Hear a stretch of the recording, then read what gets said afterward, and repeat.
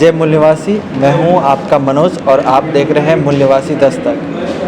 देश भर के अंदर बेरोज़गारी जो है वो चरम सीमा पर है, तो उसको ध्यान में रखते हुए भारतीय बेरोज़गार मोर्चा के द्वारा बेरोज़गारों की संसद नाम से एक पूरे देश भर में कार्यक्रम चलाया जा रहा है।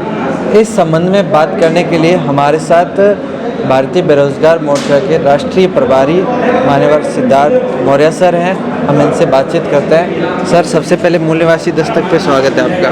बहुत बहुत धन्यवाद आपको। सर, बेरोज़गारों की संसद क्या है ये सर?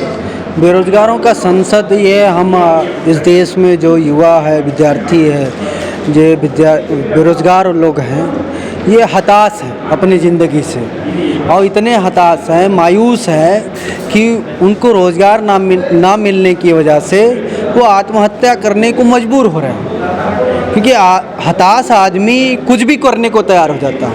तो ऐसी परिस्थिति में हम लोगों ने सोचा कि विद्यार्थियों के अंदर, बेरोज़गारों के अंदर जो हताश है, मनोबल खत्म हुआ है, इस मनोबल को बढ़ाने के लिए हमें इनके अंदर नेतृत्व निर्माण करना होगा, नेतृत्व पैदा करना होगा। तो नेतृत्व पैदा करने के लिए हम लोगों ने ये तय किया कि अब शासन करती जमात, हमारे महापुरुषों ने कहा कि शासन करती जमात बनो।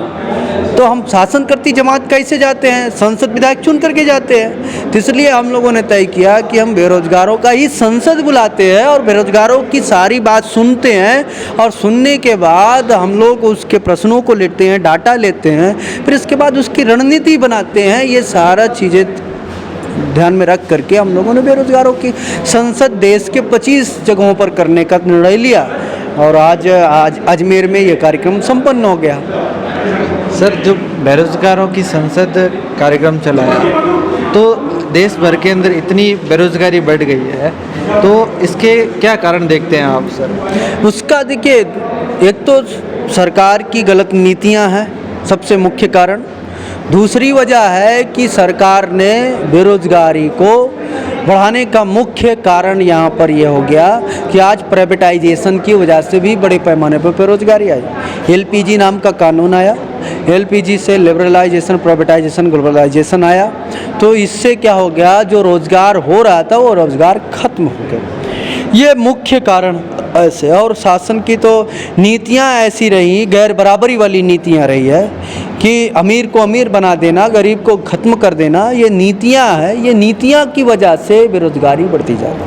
सर, जैसे अपन देखते हैं कि सरकार को बेरोज़गारों की संख्या ज़्यादा है और सब जो बेरोज़गार हैं वो 18 से ज़्यादा उम्र के हैं, तो उनका वोट भी लगता है, तो उन्होंने ही सरकार चुन के भेजा है। तो फिर उन्होंने सरकार चुन के भेजा है, तो फिर ये उनके विरोध में काम कैसे कर रही है? भाई, वो उन्होंने चुन करके भेजा।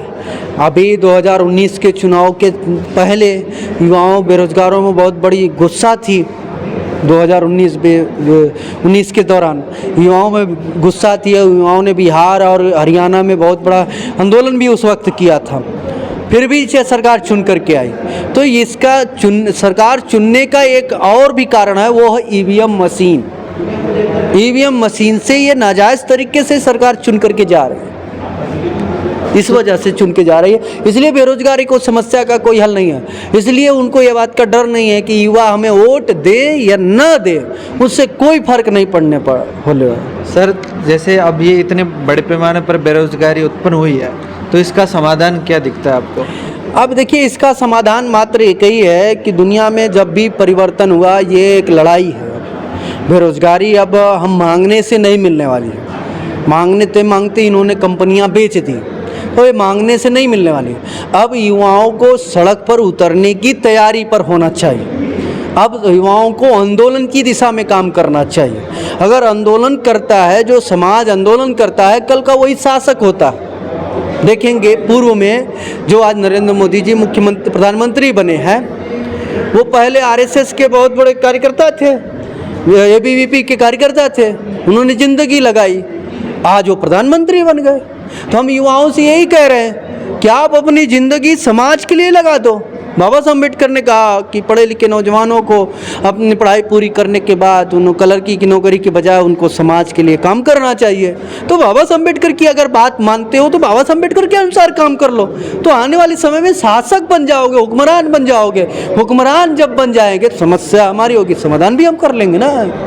सर, अगर हम जैसे युवा और बेरोज़गार लोगों के बीच में जाते हैं तो ये देखने को मिलता है कि जो बेरोज़गार लोग हैं वो बेरोज़गारी के ख़िलाफ़ आवाज़ उठाने को तैयार नहीं है। वो सोचते हैं कि जैसे कई बार पेपर लीक के मामले आते हैं, भर्तियाँ रद्द के मामले आते हैं, तो उसके ख़िलाफ़ वो आवाज़ उठाने को तैयार नहीं है।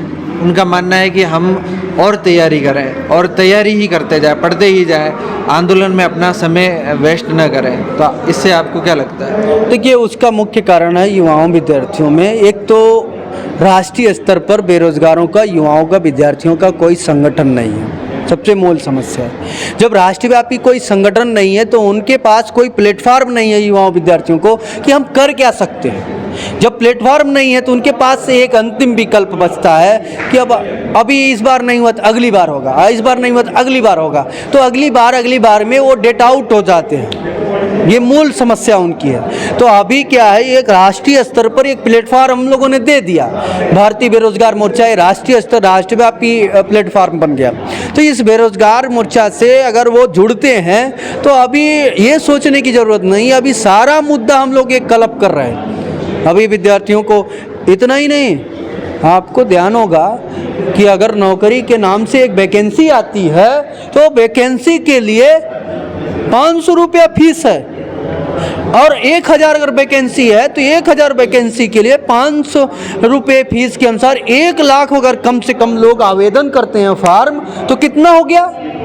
ये 5 करोड़ से ऊपर हो गया, सरकार के खाते में आ गया 1 मिनट में, एक आवेदन करने से, एक झटके में 5 करोड़ रुपया। जहाँ बेरोजगार बेचारे तड़प रहे हैं खाने को, उनके पास खाने के लाले पड़े हैं, वो हॉस्टल में सही ढंग से जीवन यापन नहीं कर रहे हैं, अपने पेट को रोटी काट के, मतलब पेट को काट करके अपने जीवन चला रहे हैं। तब भी इतना निर्दयी सरकार है कि एक आवेदन के लिए 500 रुपया, 1000 रुपया, 2000 तक ले रही है। नीट का परीक्षा होती है ना, चला कितना 700 रुपया SC ST का है, 1500 OBC का है, SC OBC और जनरल का।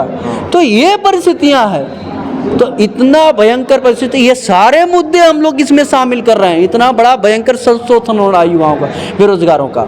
कहीं ना कहीं बेरोजगार और विद्यार्थियों को लगता है कि जिस तरह के ये संगठन है आंदोलन करने वाले, जब तक कि हम नौकरी नहीं लगते तो संगठनों से दूर रहना चाहिए। इस बात से क्या सहमत है? वो भाई इसीलिए तो उनका सत्यानाश हुआ। उन्होंने सोचा कि my education for my career होना चाहिए केवल, तो उन्होंने कैरियर खत्म कर दिया। अब उनके पास कैरियर है ही नहीं है, ऑप्शन ही नहीं है कि आप बन क्या सकते हो। तो आपके पास विकल्प है। क्या विकल्प है मालूम है? एक विकल्प है, या तो इंजीनियरिंग करके 10-5 हज़ार की नौकरी पर आप गुलामी कर लो, 10-5 हज़ार रुपये की, 15,000 रुपये की गुलामी कर लो, या तो इसके विरोध में कोई आंदोलन चला लो। आंदोलन चला लोगे तो ये समस्या सर्वजन की समस्या समाप्त हो जाएगी। ये भावना मनोबल बढ़ाने का बात है। ये मनोबल बढ़ाने के लिए उनको दिशा देने, क्योंकि गाइडेंस नहीं है युवा बेरोजगारों में, तो ये गाइडेंस की ज़रूरत है। गाइडेंस पर हम लोग काम कर रहे हैं। बहुत बहुत शुक्रिया सर, धन्यवाद।